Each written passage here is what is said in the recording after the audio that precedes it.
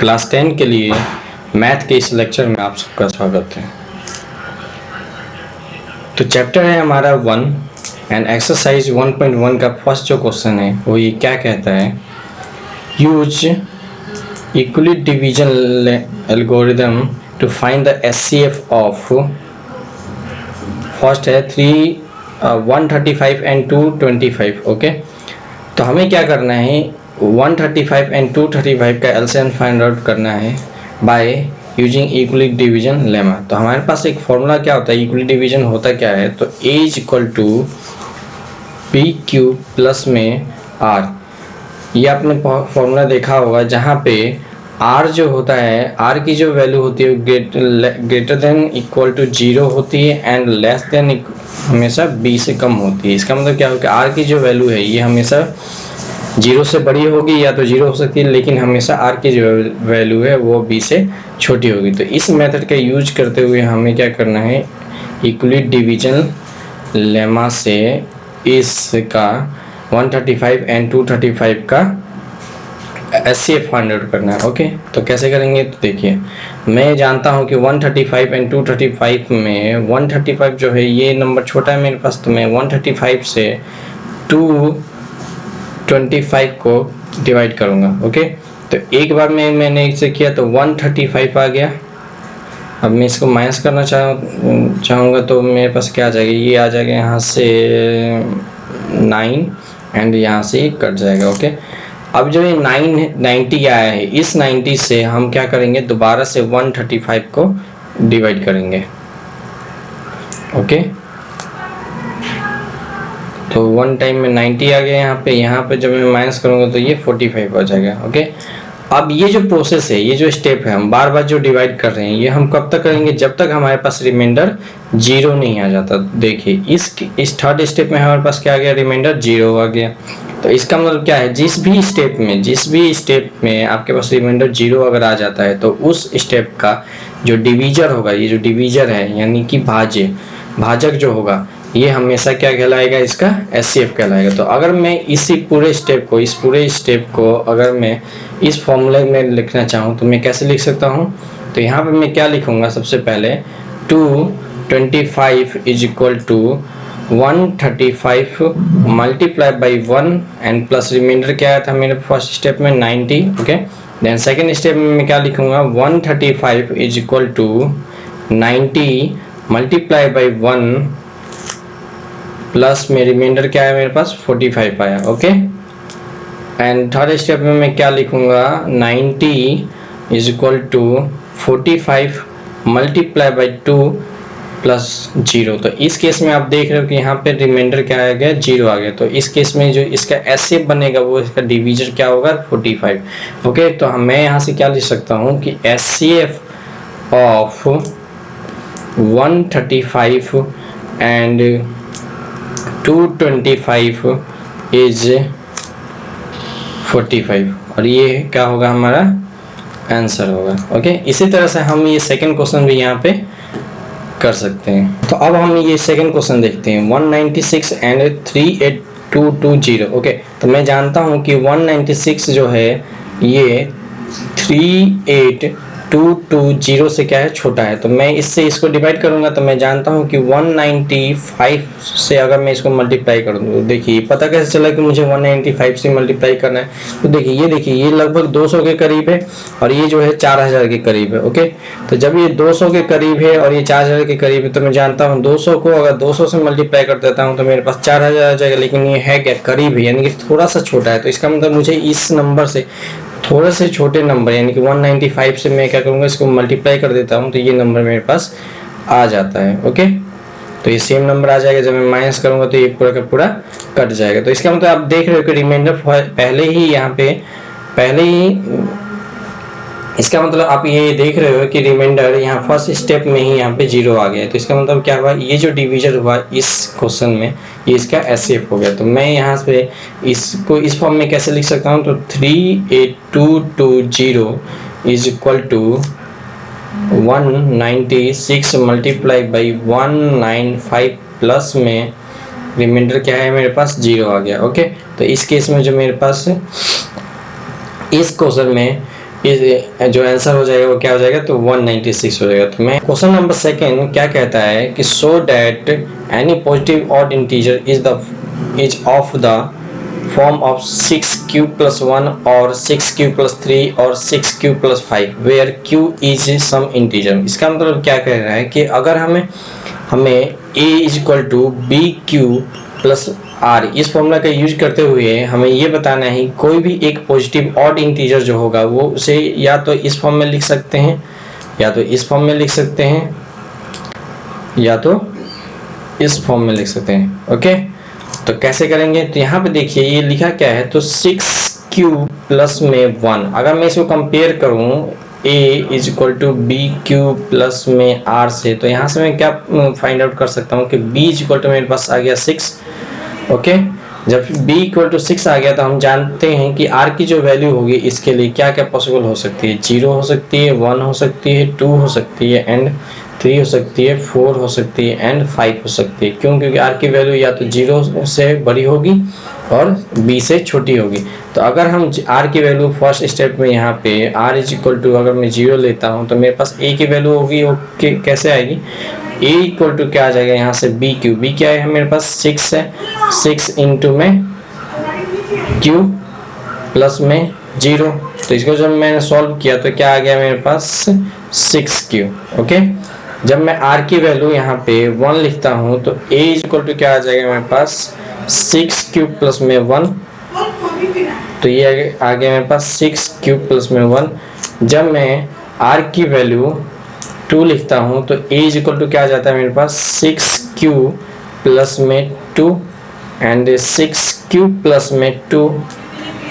r की value अगर मैं 3 लिखता हूँ ऐसे ही तो a इज इक्वल टू क्या आ जाएगा 6q प्लस में 3, तो 6q प्लस 3 एंड r की वैल्यू अगर मैं 4 लिखता हूँ तो a इज इक्वल टू क्या आ जाएगा मेरे पास 6q plus 4, that is 6q plus 4। Okay, and last one is r की वैल्यू अगर मैं 5 लिखता हूँ तो a की वैल्यू यहाँ से क्या आ जाएगी 6q प्लस में 5, यानी कि 6q प्लस 5, ये हमारे पास पॉसिबल वैल्यू आ गई। अब देखिए 6q क्या ये एक ऑड इंटीजर है, अगर 6q को अगर देखा जाए तो क्या ये ऑड इंटीजर है, तो देखिए अगर मैं 6 का टेबल पढ़ लेता हूँ यहाँ पे 6, 12, 18, 24, 30 एंड सो ऑन, हमें इसके नीचे देखेंगे तो आप ये देख सकते हो कि 6 क्या है, एक इवन नंबर है।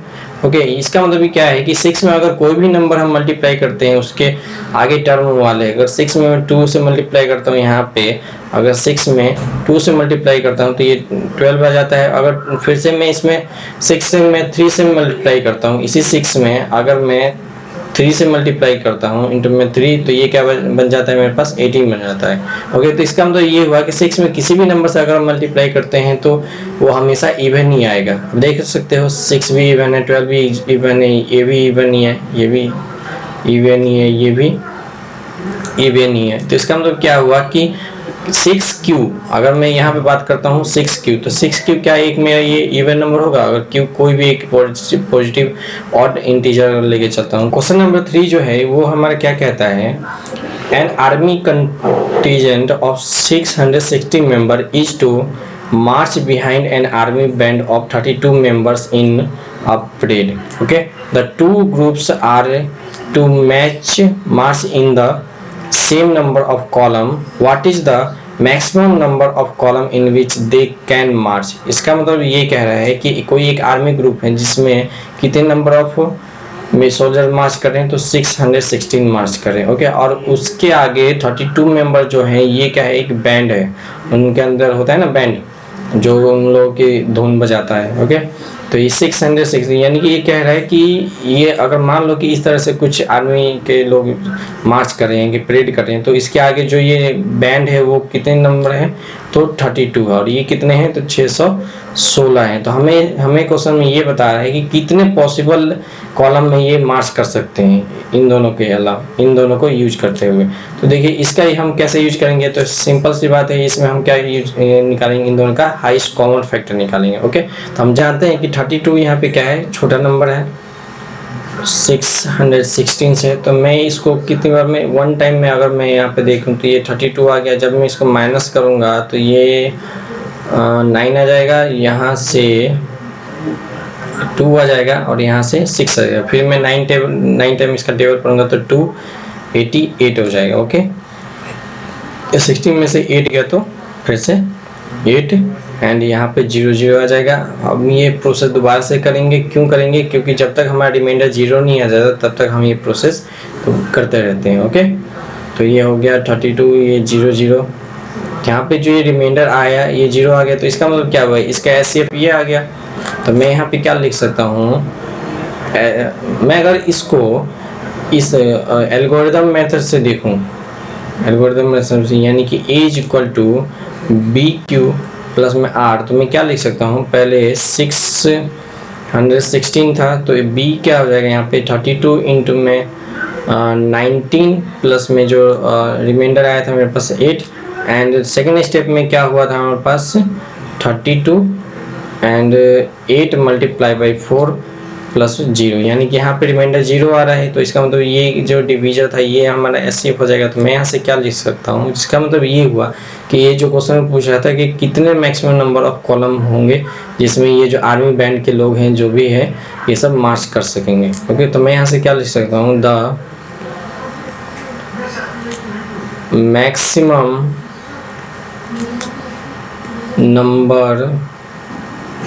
number of column in which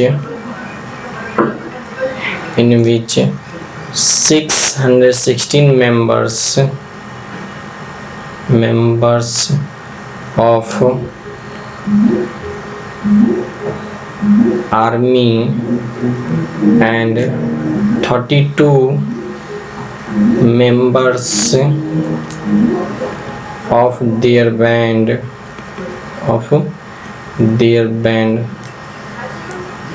is 8, और ये मेरा क्या हो जाएगा? आंसर हो जाएगा। इसी तरह से हम अब क्वेश्चन नंबर 4 देखेंगे आगे।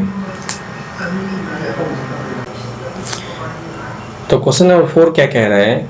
Use Euclid's division lemma to show that the square of any positive integer is either of the form 3m or 3m plus 1 for some integer m। जो फॉर्मूला है a is equal to bq plus में r and r is greater than is equal to 0 and less than equal to b। Okay, तो हम क्या करेंगे? यहाँ पर let कर लेंगे, let any integer a and b is equal to 3। Okay, तो r की जो वैल्यू हो सकती है क्या क्या हो सकती है? 0, 1 एंड 2। ओके, तो अगर मैं r is equal to 0 put करता हूँ तो मेरे पास क्या आ जाएगा? a is equal to b की जगह 3q प्लस में 0। तो अभी देखिए ये जो हमारे पास इंटीजर आया तो ये तो सिर्फ इंटीजर है, इसका स्क्वायर भी करना होगा। ओके, तो अगर मैं स्क्वायर कर देता हूँ इधर से तो a square is equal to क्या आ जाएगा मेरे पास? 3q का होल स्क्वायर आ जाएगा। और जब मैं इसको और सॉल्व करूँगा आगे तो a square is equal to क्या आ जाएगा मेरे पास? 9q। ओके, तो मैं यहाँ से क्या निकाल सकता हूँ बाहर? तो मैं अगर देखूँ यहाँ पे तो a square is equal to और क्या लिख सकता हूँ मैं? 3 एंड अंदर में 3q लिख सकता हूँ ऐसे।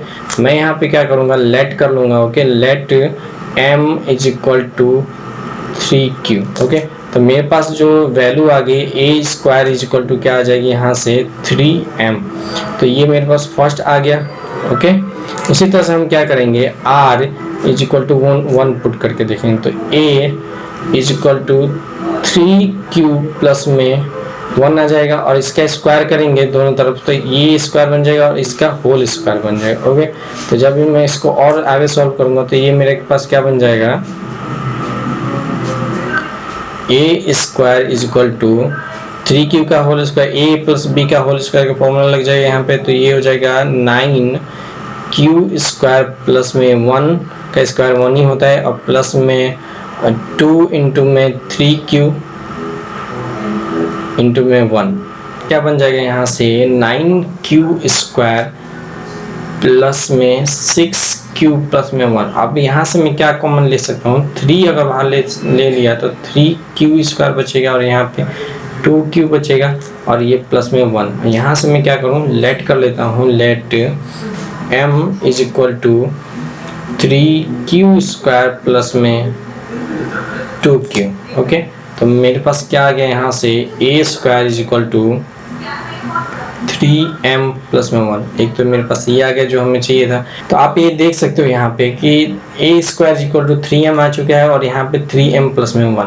तो इस तरह से हमारा ये क्वेश्चन सॉल्व हो जाता है। तो जैसे हमें क्वेश्चन में दिया था कि 3m और 3m के प्लस में 1 लिख सकते हैं किसी भी एक और इंटीजर के स्क्वायर को। तो अब हम बात करते हैं क्वेश्चन नंबर हमारा 5 जो है, ये हमारा use equally division lemma to show that the cube of any positive integer of the form 9m 9m plus 1 and 9m plus 8। Okay, तो a is equal to b cube plus में r। इस Euclid division lemma जो हमारे पास ये formula है, इसका use करते हुए हमें ये बताना है किसी भी एक पॉजिटिव इंटीजर का जो क्यूब करेंगे, देखिए यहाँ पे लिखा हुआ है क्यूब, ये ध्यान से, ये जो क्यूब लिखा हुआ है, क्यूब करने पे जो हमारा पॉजिटिव इंटीजर आएगा वो कुछ इस फॉर्म में आना चाहिए, या तो इस फॉर्म में आना चाहिए या तो इस फॉर्म में आना चाहिए। ओके, तो हम कैसे करेंगे, तो हम यहाँ पे सिंपल सा वही स्टेप है हमारा जो पहले हम कर रहे थे, लेट करेंगे, लेट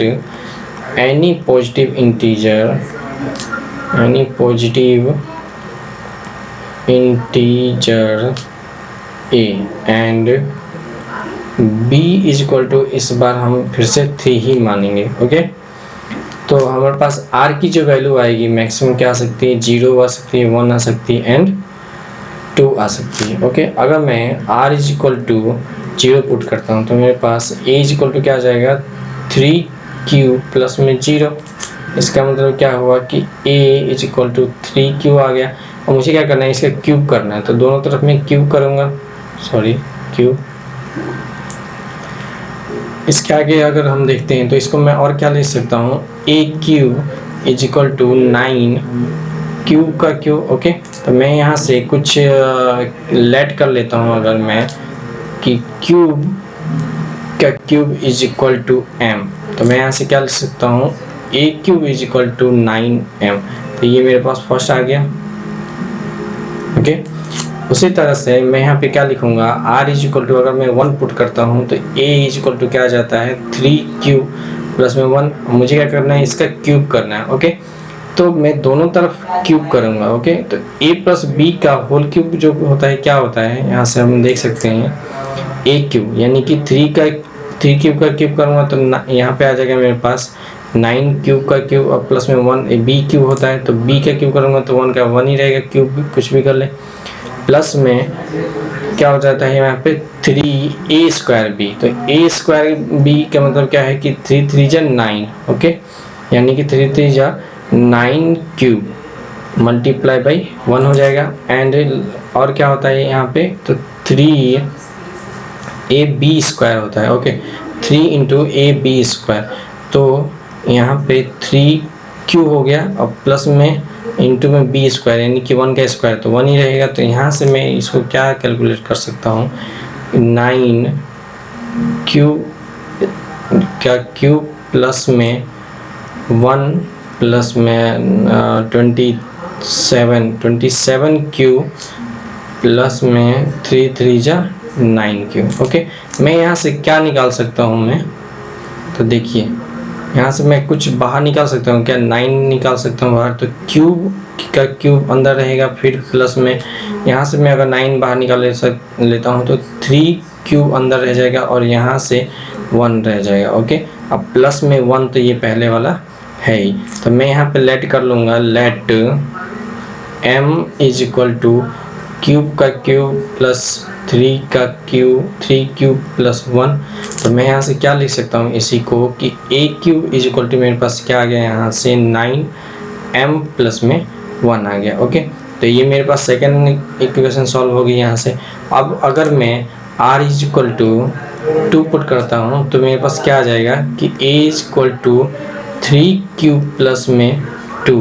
एंड दोनों का अगर मैं क्यूब करता हूँ दोनों तरफ तो मेरे पास क्या आ जाएगा। तो देखिए ये कैसे कर रहा हूँ, तो देखिए a प्लस में b का जो होल क्यूब होता है उसका जो फॉर्मूला होता है क्या होता है, a cube plus b cube plus में 3a स्क्वायर b प्लस में 3ab स्क्वायर। ओके, इस फॉर्मूले से मैं हमेशा इसको सॉल्व कर रहा हूँ। तो a क्यूब यहाँ से क्या आ जाएगा 3 9 का, तो यहाँ से 9 क्यूब का क्यूब आ जाएगा, यहाँ से 8 आ जाएगा, और यहाँ से मैं अगर कैलकुलेट करूँ तो यहाँ से 3 मल्टीप्लाई बाई 9 क्यूब का स्क्वायर आ जाएगा, एंड यहाँ पे मल्टीप्लाई कर दूँगा मैं 2 से, एंड यहाँ पे क्या आ जाएगा 3ab क्यूब या ab स्क्वायर। ओके, तो a क्या है मेरे पास 3 क्यूब मल्टीप्लाई बाई 2 का स्क्वायर करूँगा तो 4 हो जाएगा। तो मैं इसको और अगर सॉल्व करता हूँ तो 9 क्यूब का क्यूब आ गया, यहाँ से 8 आ गया, यहाँ से क्या आ जाएगा मेरे पास 27 क्यूब का स्क्वायर मल्टीप्लाई बाई 2 प्लस में 3 3 जा 9 9 4 जा 36 क्यूब। ओके, मैं इसको और अगर सॉल्व करूं तो मेरे पास क्या आ जाएगा 9 क्यूब का क्यूब प्लस में 8 प्लस 27 मल्टीप्लाई बाय 2 करेंगे तो 54 क्यूब का क्यूब आ जाएगा, प्लस में यहाँ पे आ जाएगा मेरे पास 36 क्यूब। ओके, तो मैं यहाँ से क्या निकाल सकता हूँ बाहर, 9 तो बाहर निकाल लिया। ओके, तो यहाँ से क्या बचेगा मेरे पास क्यूब, यहाँ पे क्या बचेगा मेरे पास इसमें से अगर मैं कुछ 9 बाहर निकालूँ 6 क्यूब का क्यूब बचेगा। यहाँ से अगर मैं आगे बाहर निकालना चाहूँ, यहाँ पे सॉरी यहाँ पे स्क्वायर नहीं होगा, यहाँ पे क्यूब होगा, तो यहाँ भी स्क्वायर आ जाएगा। ओके, क्यूब स्क्वायर होगा स्क्वायर। ओके, तो यहाँ पे भी स्क्वायर आ जाएगा। फिर यहाँ से अगर मैं कुछ बाहर निकालना चाहूँ 36 में से, तो ये 36 में से अगर मैं 9 बाहर निकालना चाहूँ तो क्या बच जाएगा, तो 4 क्यूब। ओके, एंड प्लस में यहाँ पे 8 तो है पहले से, तो मैं क्या कर सकता हूँ इस 8 को, तो ये 8 था, तो इस 8 को मैं क्या लिख सकता हूँ, 8 यहाँ पे ना लिख के मैं यहाँ पे कुछ 3 प्लस